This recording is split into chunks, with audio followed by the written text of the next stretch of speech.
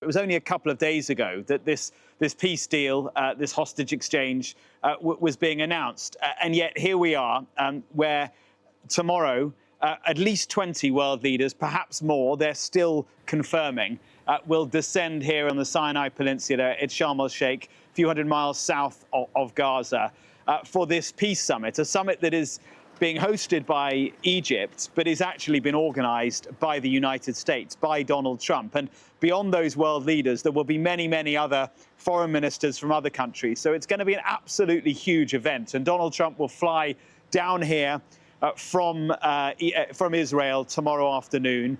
We know that Keir Starmer, the British Prime Minister, is already on his way here. He'll arrive here tonight. The French President, the Italian Prime Minister, a whole range of others as well, including from beyond Europe. And I think the idea is to project forward.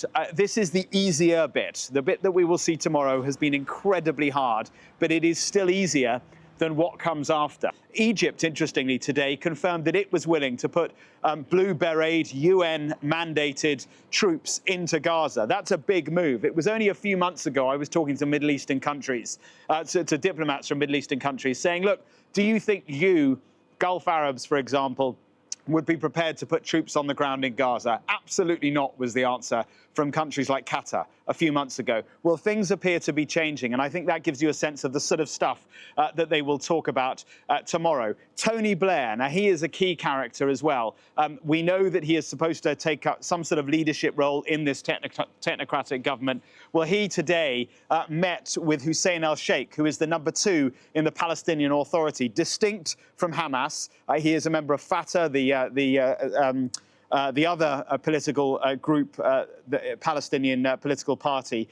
Blair met him in Amman in Jordan today, and Hussein al-Sheikh then released a statement where he said that he is ready, the PA is ready to work with President Trump and Mr. Blair and partners to consolidate the ceasefire, the entry of aid, the release of hostages and prisoners, and then start with the recovery and the reconstruction. So a real sense that the day after diplomacy is now taking shape. And I can also confirm that Tony Blair will be here tomorrow. Bridget Phillipson, who's the Education Secretary, she was the government minister put forward to speak on behalf of the government this morning on Sunday with Trevor Phillips on Sky. Have a listen to what she said to Trevor.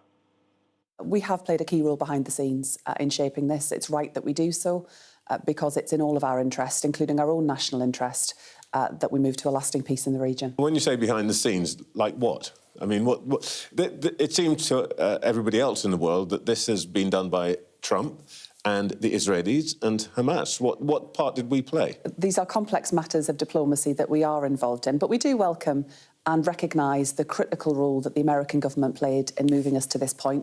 Well, Mike Huckabee, who is America's ambassador to Israel, was clearly watching and reposted that clip with the following words. He said, "I can assure you she's delusional. She can thank Donald Trump anytime just to set the record straight." So the American government certainly saying Britain did not play a key role in all of this. And in fact, other members of the US administration have said that Britain's decision to recognise the state of Palestine actually undermined the US progress or attempts to progress the peace deal.